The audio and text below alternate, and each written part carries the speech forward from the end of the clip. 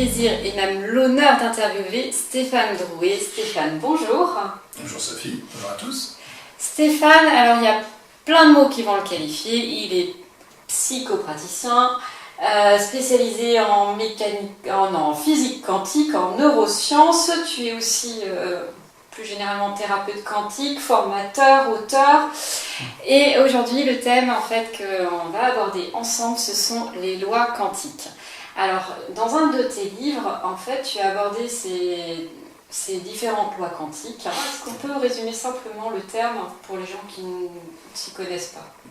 Pour le vulgariser, je dirais que la physique, c'est un peu, pour moi, la physique de l'invisible. C'est la physique des interactions dans l'invisible.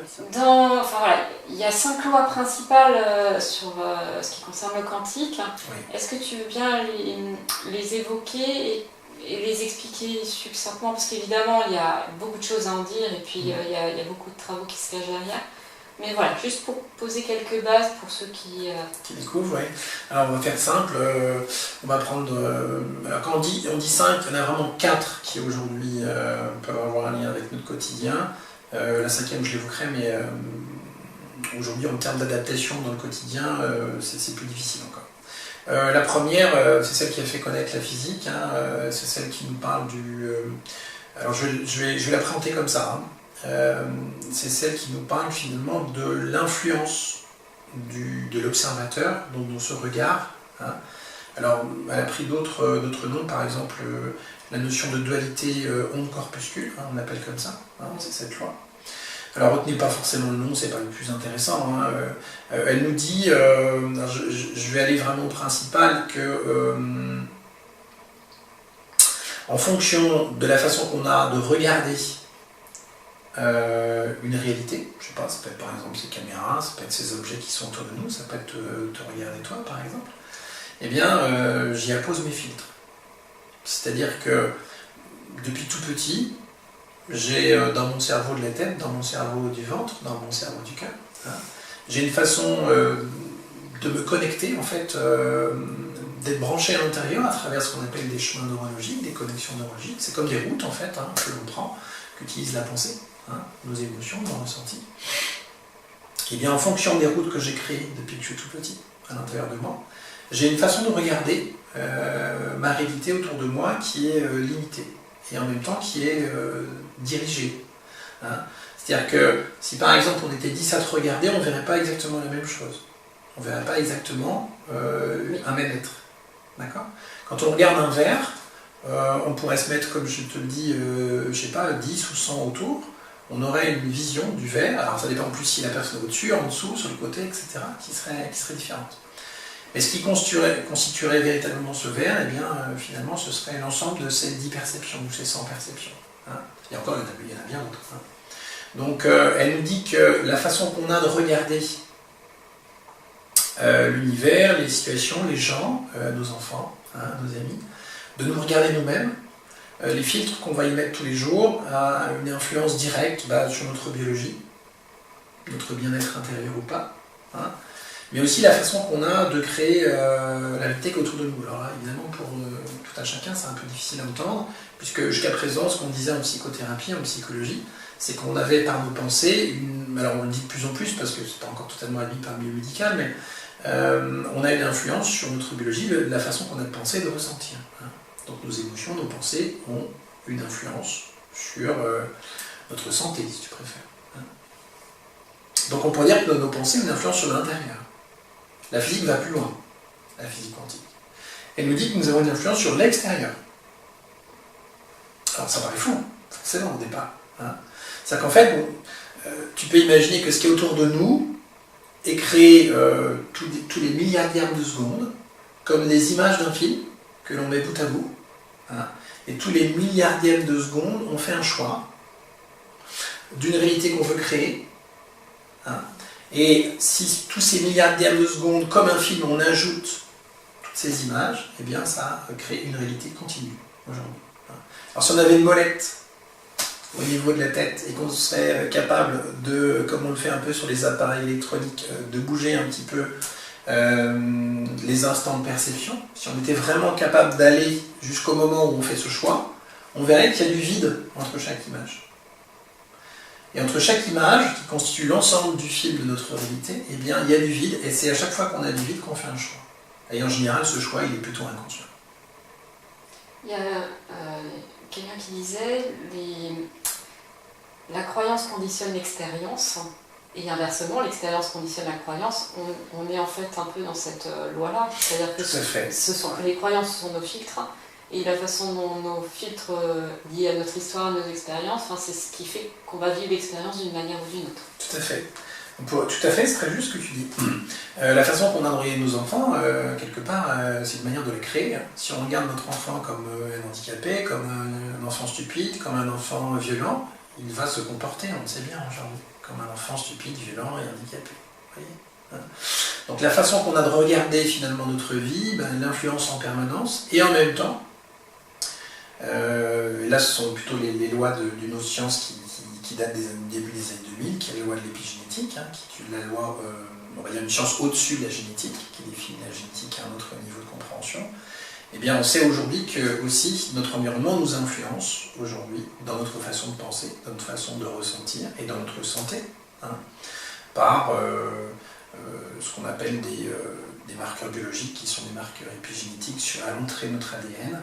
Et on pourrait dire qu'à travers cette épigénétique, on sait aujourd'hui que notre santé est largement influencée par nos pensées et nos émotions.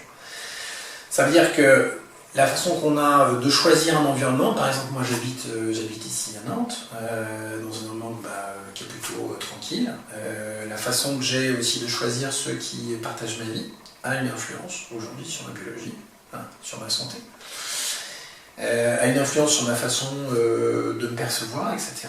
Et donc toutes ces lois qui sont à la fois physiques, quantiques, épigénétiques et autres qu'on verra tout à l'heure qui sont neurologiques, eh bien ces lois-là, quelque part, on voit bien qu'on a à la fois une influence sur l'intérieur de nous et une influence sur l'extérieur de nous.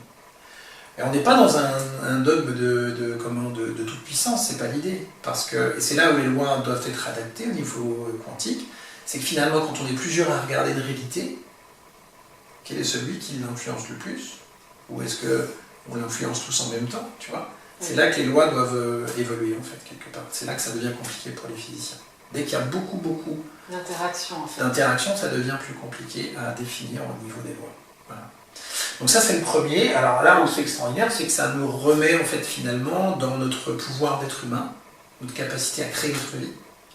C'est pour ça que ça a été repris très rapidement par le développement personnel, le coaching, l'ésotérisme, etc. Ces lois qui étaient apprises comme quoi, finalement, par nos pensées, on crée notre réalité en permanence. Oui, c'est vrai, mais surtout par nos émotions, en fait. Donc ça, c'est c'est la première loi. Souvent, quand on vit quelque chose, on se positionne souvent comme des victimes. Oui, c'est une forme de loi de responsabilisation. Tout à fait. Et en même temps, d'être libre. Responsabilité, liberté.